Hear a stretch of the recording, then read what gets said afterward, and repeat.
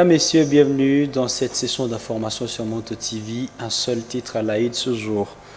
Un bateau a chaviré sur le lac Kivu ce jeudi 3 octobre dans l'avant-midi. L'on a enregistré plusieurs morts, des personnes disparues et des rescapés. Des sources sur place accusent un mauvais chargement et des mauvaises conditions météorologiques à la base de ce naufrage. Un nouveau drame qui endeuille l'est de la République démocratique du Congo.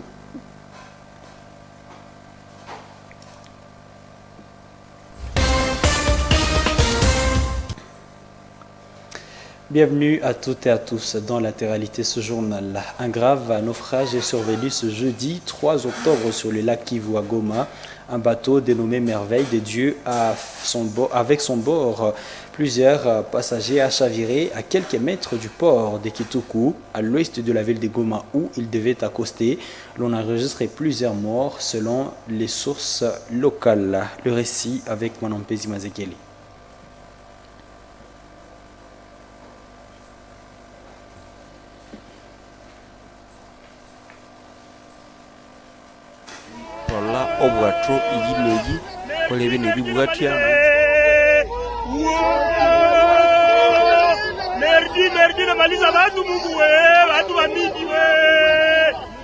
Quelques rares personnes ont été sauvées et sont prises à charge à l'hôpital de Keshero. Les bateaux transportaient d'importantes cargaisons.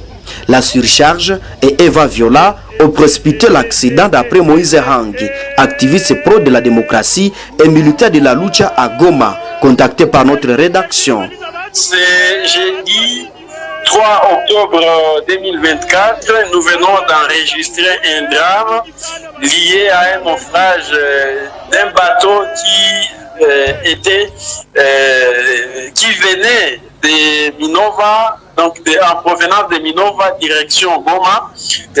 Le bateau du moins appelé Derbia, chaviré à 200 km du piste de Kituku.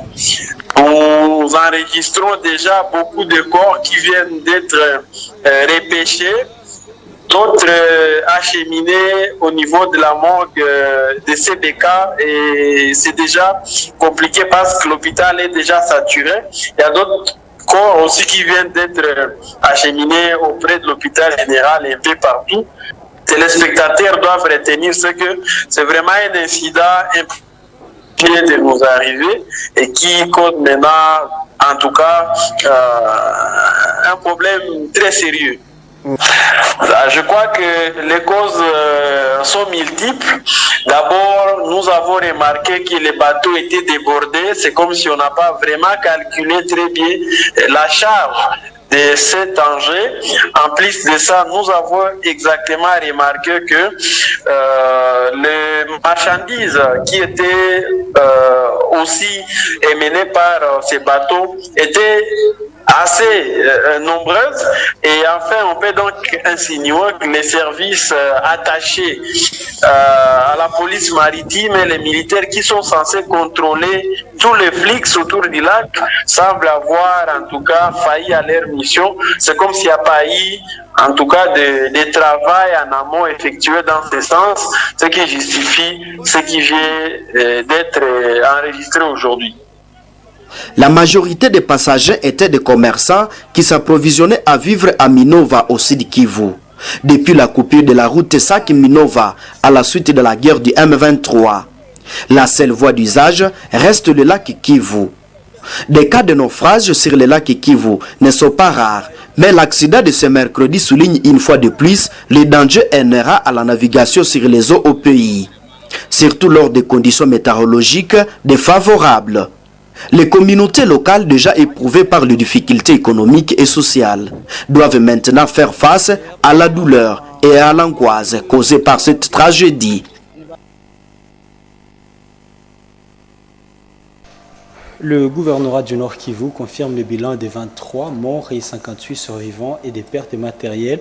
Un bilan provisoire des naufrages sur les lacs Kivu. Le vice-gouverneur qui a livré ce bilan dans la soirée de ce jeudi 3 octobre présente également ses condoléances aux familles éprouvées. Il annonce les enquêtes pour établir les responsabilités de chacun. Suivez les dans ce propos. Message officiel. Le gouvernement provincial du Nord Kivu a la profonde douleur d'informer l'opinion nationale et internationale que l'avant-midi de ce jeudi 3 octobre 2024 vers 11 h, au large de la ville de Goma, commune de Goma, au quartier Kieshero, il y a eu naufrage du bateau MV Merdi en provenance de Minova, territoire de Calais, province du Sud Kivu, à plus ou moins 700 mètres du quai du port de Kituku. Les causes de l'accident restent encore à déterminer par une équipe d'enquête ad hoc pour établir les responsabilités des uns et des autres. À ce stade, le bilan provisoire se présente comme suit: 23 décès, 58 survivants qui sont actuellement pris en charge dans des structures sanitaires de la ville de Goma, plusieurs marchandises et produits vivriers destinés au commerce en partance pour le marché de Kituku coulés. Le gouvernement provincial du Nord Kivu tient à présenter ses condoléances les plus attristées à toute la République en général, aux familles éprouvées et aux provinces du Nord et du Sud Kivu en particulier. Enfin, le gouvernement provincial invite à cet effet la population à l'apaisement, à la solidarité et à l'union de prière en ce moment de dure épreuve. Fête à Goma le 3 octobre 2024 pour le gouverneur de province ad intérim, le commissaire divisionnaire et Koukalipopo Jean Romial, vice-gouverneur.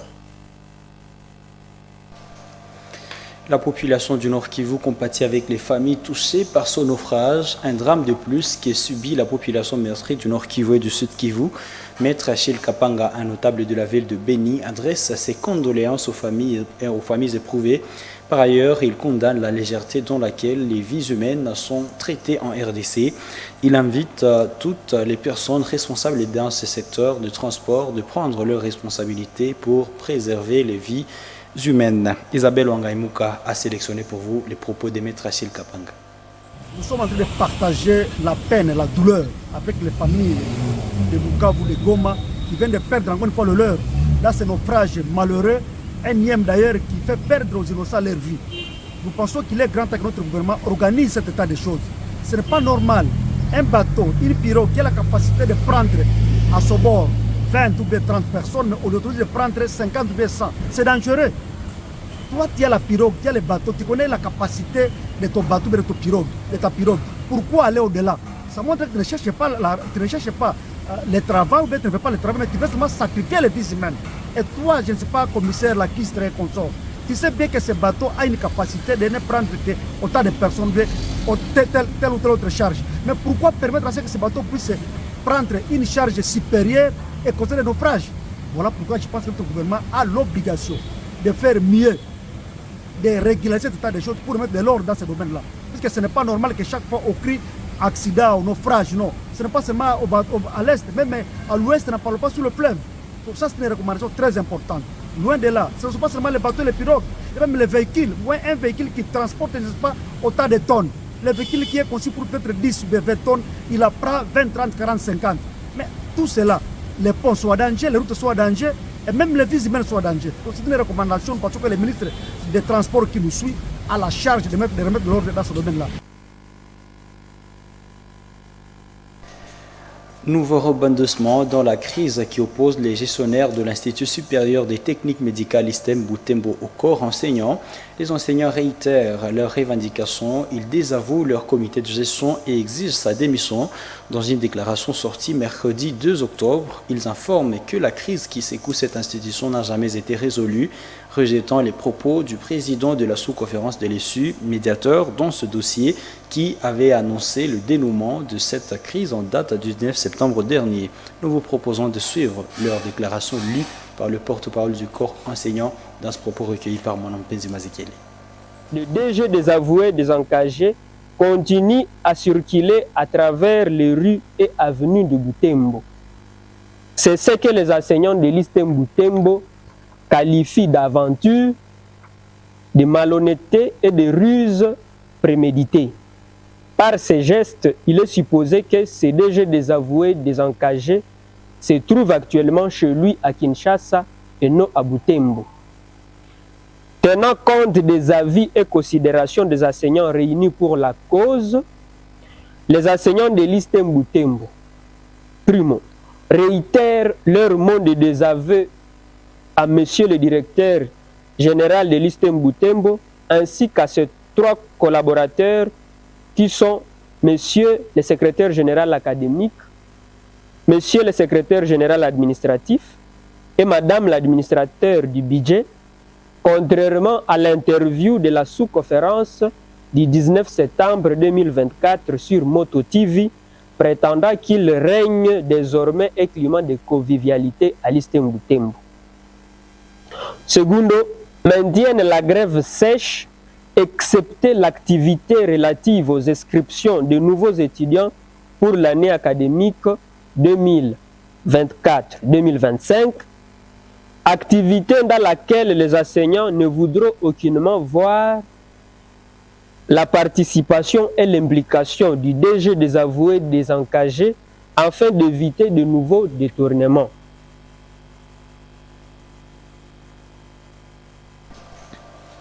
Prenons la page sécuritaire à présent. Les ADF, le M23 et la Codeco sont parmi les groupes armés les plus meurtriers en RDC selon le dernier rapport de la mission de l'Organisation des Nations Unies pour la stabilisation en RDC, MONUSCO en sigle. La force onusienne reconnaît qu'entre juin et septembre 2024, ces groupes ont été responsables de nombreuses violations des droits humains et d'attaques meurtrières contre des civils dans les provinces touchées par les conflits, principalement en Ituri et en Nord Kivu. Des détails avec Eugénie Moussivira dans ce récit.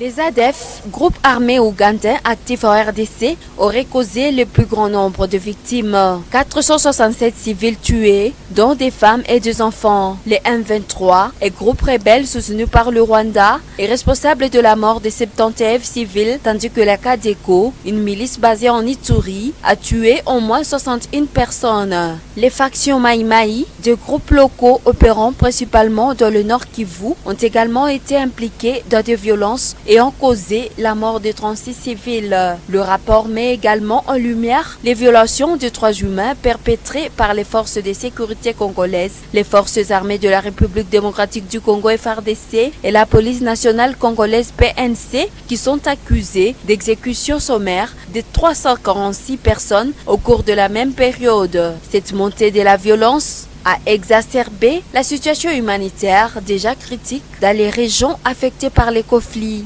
Des attaques contre les civils, des travailleurs humanitaires et des infrastructures ont également forcé la suspension des opérations humanitaires dans certaines zones, notamment après l'attaque meurtrière contre Ecovoie humanitaire près de Butembo, qui a coûté la vie à 2 travailleurs humanitaires. Le rapport de la MONUSCO souligne l'urgence d'une action concertée pour mettre fin aux violences de groupes armés et assurer la protection des civils dans les provinces de l'Ituri et du Nord Kivu où la situation sécuritaire continue à se détériorer. Mesdames, Messieurs, corrigez avec moi qu'il s'agit de la Codeco et non la Codeco. Les armées congolaises et ougandaises décident de la poursuite des opérations militaires qu'elles mènent conjointement à l'est de la RDC. Ces opérations visant la traque des forces démocratiques alliées, acronyme du mot ADF, sont jugées satisfaisantes par Kampala et Kinshasa. L'acte d'engagement de poursuite de ces opérations a eu lieu à Fort Portail en Ouganda le mercredi 2 octobre 2024. Delphine Mopanda pour le reportage. Voilà, mesdames, messieurs, nous allons prendre à présent cette page avant de boucler ce journal dans une promenade des journalistes de Moto TV en territoire de Béni le week-end dernier. Ils ont découvert un restaurant de fortune qui nourrit plusieurs passagers sur la route Béni-Kisangani à proximité de Mangina. Un resto tenu par la célèbre maman bébé. Elle est une veuve qui entreprend pour assurer sa survie. Elle travaille dans un contexte d'insécurité dans cette zone en proie à l'activisme de l'ADEF, tel que nous relate ici Delphin Voyadin, ce reportage de l'équipe de Moto TV. Ici, nous sommes à la sortie ouest de la ville de Beni, sur l'axe Beni-Mangina. À cette barrière de Kashitubunji, on constate plusieurs activités. La Moto TV s'est intéressée au restaurant qui fonctionne à cet endroit. Ce restaurant dénommé Titanic propose plusieurs menus, du riz, de la viande, de la pâte et autres. À l'intérieur comme à l'extérieur, des clients achètent et mangent.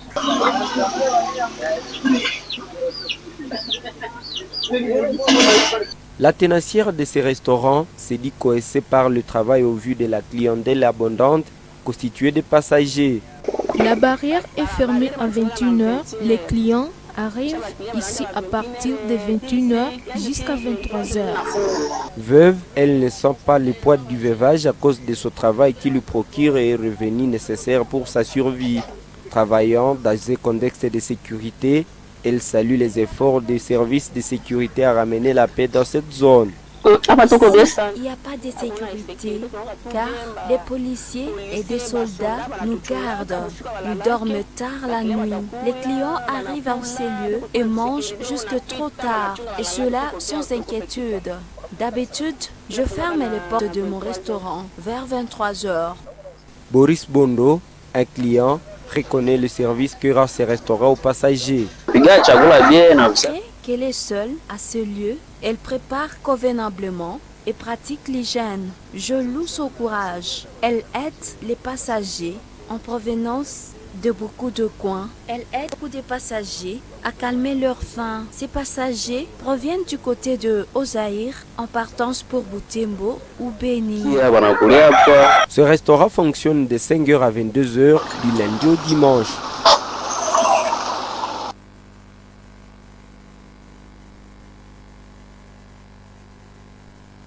Mesdames, Messieurs, bouclons cette édition par cette page. En prélude de la journée commémorative de la mort de Monseigneur Catalico, les ressortissants de l'Institut Monseigneur Catalico ont entretenu le monument Catalico implanté en ville de Butembo, non loin de la station Takenga, sur la rue Président de la République.